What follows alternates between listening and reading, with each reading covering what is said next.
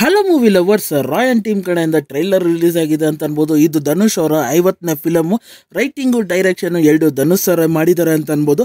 ಹಾಗೆ ಟ್ರೈಲರು ನೋಡೋದಕ್ಕೆ ಒಂದು ಲೆವೆಲ್ ಆಗಿ ಓಕೆ ಇಷ್ಟ ಆಗಿತ್ತು ಅಂತ ಅನ್ಬೋದು. ಆದರೆ ಕೆಲವೊಂದು ಫ್ಯಾಕ್ಟರ್ಸ್ಗಳು ಇಂಟ್ರೆಸ್ಟಿಂಗ್ ಆಗಿತ್ತು. ಅದೇನು ಅನ್ನೋದನ್ನು ಈ ರಿವ್ಯೂಯಲ್ಲಿ ತಿಳಿಸ್ಕೊಡ್ತೀನಿ. ರಿವ್ಯೂಗೋಕ್ಕಿಂತ ಮುಂಚೆ ನನ್ನ ಚಾನಲ್ಗೆ ಫಸ್ಟ್ ಟೈಮ್ ವಿಸಿಟ್ ಮಾಡಿದ್ರೆ ಇಲ್ಲ ಈ ವಿಡಿಯೋನ ಫಸ್ಟ್ ಟೈಮ್ ನೋಡ್ತಾ ಇದ್ದೀರಾ, ಈ ರಿವ್ಯೂ ನಿಮಗೆ ಇಷ್ಟ ಆಯಿತು ಅಂದರೆ ಈ ವಿಡಿಯೋಗೊಂದು ಲೈಕ್ ಮಾಡಿ, ಹಾಗೆ ನನ್ನ ಚಾನಲ್ನ ಸಬ್ಸ್ಕ್ರೈಬ್ ಮಾಡಿ ಮತ್ತು ಬೆಲ್ ನೋಟಿಫಿಕೇಷನ್ ಆನ್ ಮಾಡಿ. ನನ್ನನ್ನು ಸೋಷಲ್ ಮೀಡಿಯಾ ಪ್ಲ್ಯಾಟ್ಫಾರ್ಮಲ್ಲಿ ಫಾಲೋ ಮಾಡ್ಬೋದು. ಲಿಂಕ್ನ ಡಿಸ್ಕ್ರಿಪ್ಷನಲ್ಲಿ ಕೊಟ್ಟಿರ್ತೀನಿ. ಟ್ರೈಲರ್ನ ವಿಚಾರಕ್ಕೆ ಬಂದರೆ ಟ್ರೈಲರು ಡ್ಯೂರೇಷನ್ ನಿಮ್ಗೆ 1 minute 50 seconds ಬರುತ್ತೆ ಅಂತ ಅನ್ಬೋದು. ಟ್ರೈಲರ್ ಸ್ಟಾರ್ಟಿಂಗಲ್ಲೇ ಒಂದು ಬಲವಾದ ಕ್ವಶನ್ ಕೇಳ್ತಾರೆ, ಕಾಡಿನಲ್ಲಿ ಸ್ಟ್ರಾಂಗೆಸ್ಟ್ ಪ್ರಾಣಿ ಯಾವುದು ಅಂತ ಹೇಳ್ತಾರೆ. ಅದಕ್ಕೆ ನಮ್ಮ ನಾಯಕ ಉತ್ತರ ಕೊಡೋದು ಸಿಂಹ ಅಂತ. ಆದರೆ ಅದಕ್ಕೆ ಇನ್ನೊಂದು ವಿಚಾರ ಹೇಳ್ತಾರೆ, ಗುಂಪು ಕಟ್ಕೊಂಡು ಬೇಟೆಯಾಡೋ ನರಿನೇ ಕಾಡಿಯಲ್ಲಿ ಇರೋ ಸ್ಟ್ರಾಂಗೆಸ್ಟ್ ಆ್ಯನಿಮಲ್ ಅಂತ.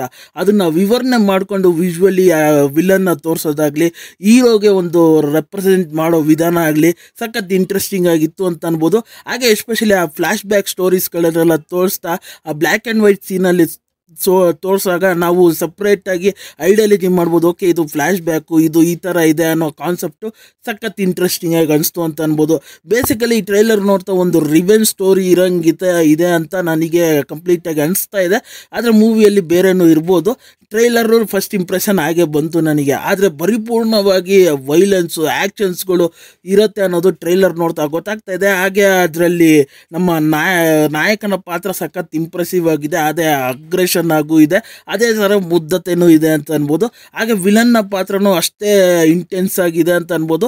ಆ ಪಾತ್ರಗಳನ್ನೆಲ್ಲ ನೋಡ್ತಾ ಮೂವಿಗೆ ಸಕ್ಕಾಪಟ್ಟೆ ಇಂಟ್ರೆಸ್ಟಿಂಗ್ ಆಗಿ ತಗೊಂಡೋಗತ್ತೆ ಅನ್ನೋದು ಈ ಟ್ರೈಲರ್ ನೋಡ್ತಾ ಅನಿಸ್ತಾ ಇದೆ. ಹಾಗೆ ನನಗೆ ಇನ್ನೊಂದು ಇಷ್ಟ ಆಗಿದ್ದ ವಿಚಾರಗಳಂದರೆ ಬ್ಯಾಕ್ಗ್ರೌಂಡ್ ಮ್ಯೂಸಿಕ್ ಅಂತ ಅನ್ಬೋದು. AR ರೆಹಮಾನ್ ಅವರು ಬ್ಯಾಕ್ಗ್ರೌಂಡ್ ಮ್ಯೂಸಿಕ್ ಮಾಡಿದ್ದಾರೆ. ಆ ಸೀನ್ಸ್ಗಳಿಗೆ ಆ ಎಲಿವೇಷನ್ಸ್ಗಳೆಲ್ಲ ಸಖತ್ ಬ್ಯೂಟಿಫುಲ್ ಆಗಿ ಅನಿಸ್ತಾ ಇತ್ತು ಅಂತ ಅನ್ಬೋದು. ಹಾಗೆ ಪ್ರತಿಯೊಂದು ಆ್ಯಕ್ಷನ್ ಸೀಕ್ವೆನ್ಸ್ಗಳೆಲ್ಲ ನೋಡೋದಕ್ಕೆ ಬ್ಯೂಟಿ ಹಾಗೆ ನ್ಯಾಚುರಲ್ ಆಗಿತ್ತು ಅಂತ ಅನ್ಬೋದು. ಹಾಗೆ ವಿಜುವಲಿ ಆ ರಿಚ್ನೆಸ್ಸು, ಆ ಲೈಟ್ ಸೆಟ್ಟಿಂಗ್ಸ್ಗಳು, ಆ ರೆಡ್ಡಿಸ್ ಟೋನ್ಸ್ಗಳು ಆ ಸ್ಕ್ರೀನಲ್ಲಿ ಸಿಕ್ಕಾಪಟ್ಟೆ ಬೇರೆ ಲೆವೆಲ್ ಆಗಿತ್ತು ಅಂತ ಅನಿಸ್ತು. ಟ್ರೈಲರು ಒಂದು ರೇಂಜಿಗೆ ಚೆನ್ನಾಗಿ ಅನಿಸ್ತು ನನಗೆ. ಇನ್ನೂ ಬೆಟರ್ ಆಗಿ ಹಲವಾರು ವಿಚಾರಗಳು ಇರ್ಬೋದಾಗಿತ್ತು, ಮೂವಿಯಲ್ಲಿ ಇರ್ಬೋದು ಅಂತ ಅನ್ಕೊತಾ ಇದ್ದೀನಿ. ಆದರೆ ಟ್ರೈಲರು ರಿಯಲ್ ಆಗಿ ಲೈಕ್ ಮಾಡಿದೆ. ಆ ಲಾಸ್ಟ್ ಕ್ಲೈಮ್ಯಾಕ್ಸ್ ಒಂದು ಶಾರ್ಟು, 3 ಹುಡುಗರು ಜೊತೆಗೆ ಒಂದು ಪಾಪನ ಕೈಯಲ್ಲಿ ಹಿಡ್ಕೊಂಡು ಹೋಗ್ತಾರಲ್ಲ, ಅದಂತೂ ಲಿಟ್ರಲಿ ಬೇರೆ ಲೆವೆಲ್ ಅಂತ ಹೇಳ್ತೀನಿ. ನನಗೆ ಈ ಮೂವಿನ ಖಂಡಿತ ನೋಡಬೇಕು. ಇದೇ 26ಕ್ಕೆ ಮೂವಿ ರಿಲೀಸ್ ಆಗ್ತಾ ಇದೆ.